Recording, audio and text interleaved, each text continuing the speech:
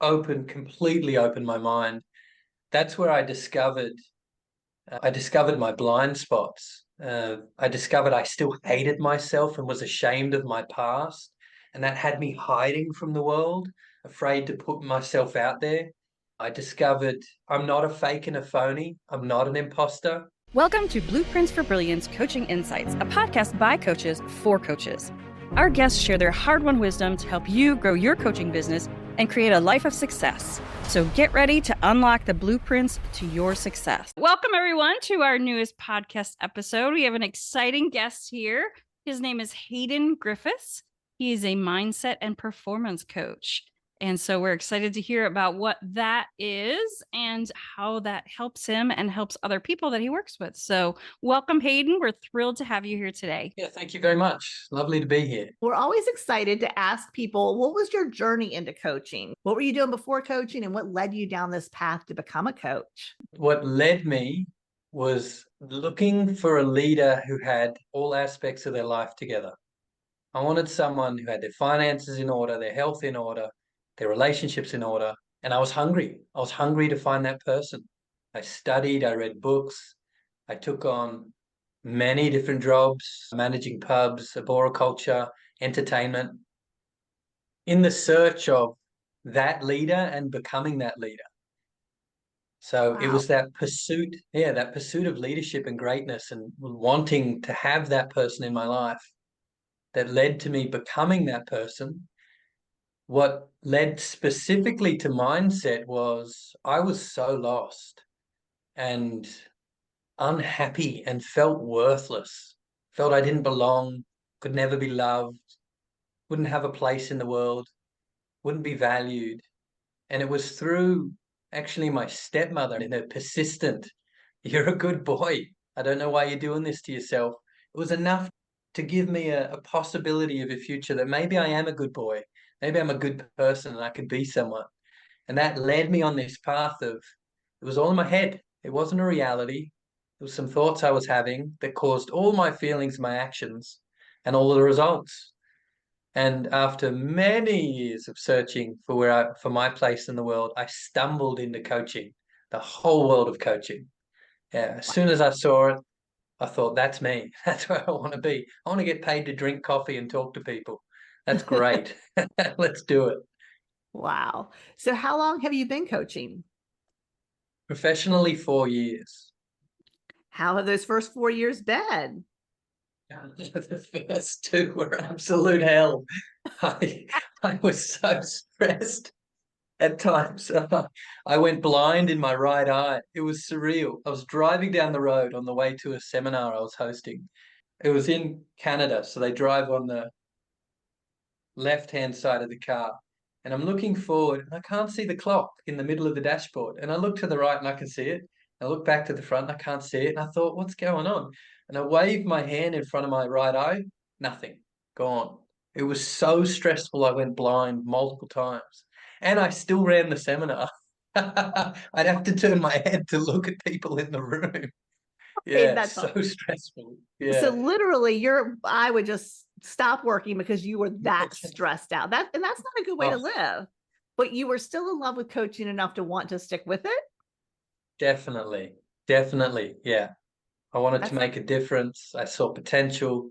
I want to change the world. I'm sure many of the coaches who listen to this, they have that calling, that passion, something that just drives us to make a difference. Yeah, I love that. So did you ever find that person, or did you learn so much and, like you said, become that person who had everything together?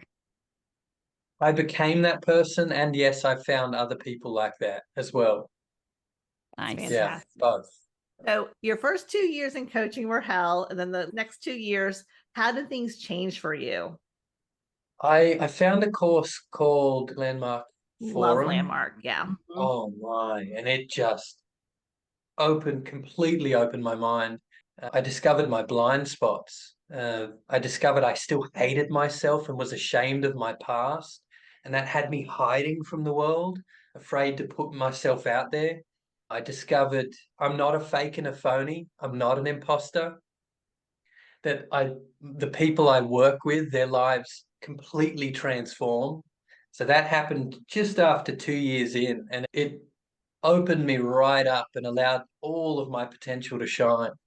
I was gonna say, isn't it amazing that coaches actually seek additional information and different programs and different coaching? So could you imagine if Yeah. you hadn't found Landmark or you hadn't looked for another resource that could help you, you may have left coaching.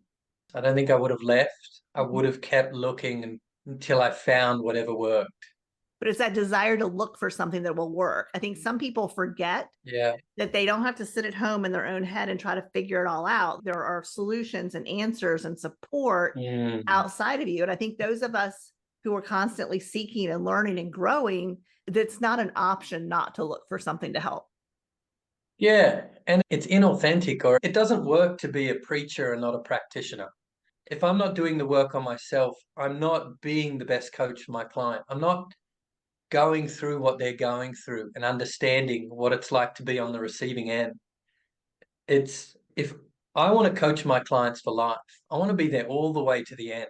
I want to transform the world, and I want my clients to as well. So if I'm not out there doing the work, it's so fake, it's so false, it doesn't work. Got to be a practitioner, not a preacher. Yeah, and I Well, think a lot share. of people, especially business owners, they like to take a lot of courses, they like to go to seminars, they'd like to learn a lot, but it's the ones who actually implement it, who actually live, go down those paths and make those mistakes and are able to pivot and things that make the progress. Definitely, totally agree. Well, Hayden, Yeah. if you don't mind sharing some stories with us, share some things that have happened for some of your clients. One of my most recent clients, he's been with me about 6 months. When he came to me, he wanted to start a podcast. He was a videographer, ran a successful company, had a successful job. He wasn't happy in his job, and he wanted his business to expand, but felt quite stuck in it. We'd have weekly or bi-weekly or fortnightly conversations. And since then, he's started to communicate openly in his workspace. And a product of that is his managers now see him as a leader, and they offered him a title. They said, "We want to give you a title. We're not going to ask you to do any more work. We're going to give you a 12 grand bonus for doing it." And so that's just turned up out of nowhere. He created his podcast. He's now working with his wife on the podcast, and that's his goal, to work together with his wife. And in the 6 month, he's now at 75,000 subscribers in 6 months, That's Wow. which is fantastic. phenomenal. Yeah. I know. Love that. And on top of that, he's at peace with the situation his family is in. It was upsetting him. He wasn't happy. He's had multiple marriages, multiple children, and he was very unhappy, but he's at peace. He's okay to put it on the shelf and come back to it at a later stage in life.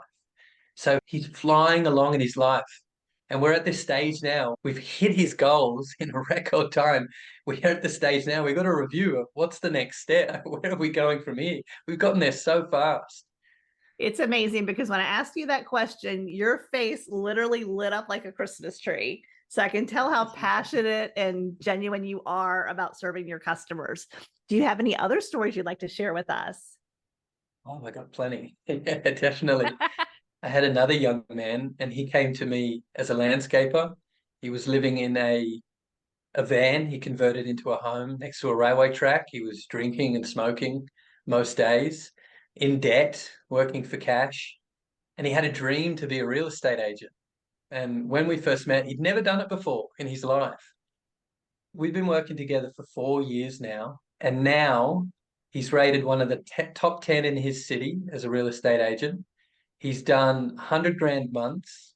He has a team of employees. He not only runs a real estate business, he's got a development business and an investment business going, and he's met the love of his life. And they're partners in the business. I coach them both now, and they're getting married in August. They told me yesterday, which they just sprung it on me. They want me to fly back to Canada. Oh, So that's brilliant. he's phenomenal. These are exceptional people. They are willing to do the work and get uncomfortable and confront themselves. It's not easy. It's not a comfortable process. So they're doing the work. I don't want to take all the credit from them. I'm contributing, but they're out there doing the work and facing the world. So You're asking the right questions and you're getting them to dig deep, and you're probably not letting them off the hook when they're not going deep enough. Not all the time. Sometimes I do let them off. Sometimes I don't want to deal with it either. I'm not perfect myself. I think it's that flow, right? You have to figure out how quickly can someone go through things. Yes, a dance. I love 100%. that.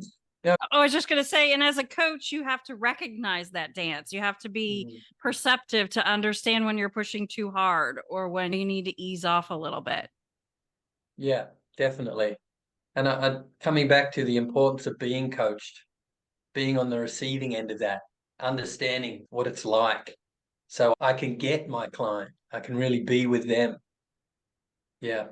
Now, do you just do one-on-one work, or do you have a program? How do you work with your clients? Currently one-on-one, no program. I really see it takes time, and people will learn and grow at their own pace. I can't force it. So I'm here and I'm with you at whatever stage you're at. So I take it as it comes. So no program. It's a week by week. What are you dealing with right here, right now? What's not working for you? Yeah, week by week or fortnight by fortnight. And then once we've dealt with everything, it's okay, let's redesign what's next. So it's that future, past, present, that dance we're talking about every week, every 2 weeks, depending on how fast they want to move. I love when one of my clients will say to me, I feel so much better when I get off my call with you. That's really exciting. Or when people are like, I'm looking forward to the call that I'm having with you. Like it's the highlight of my week, knowing that we're going to have this conversation. And I think that's why Jeanne and I wanted to do this podcast by coaches for coaches, because it really is an industry where you can, like you said, you can change lives.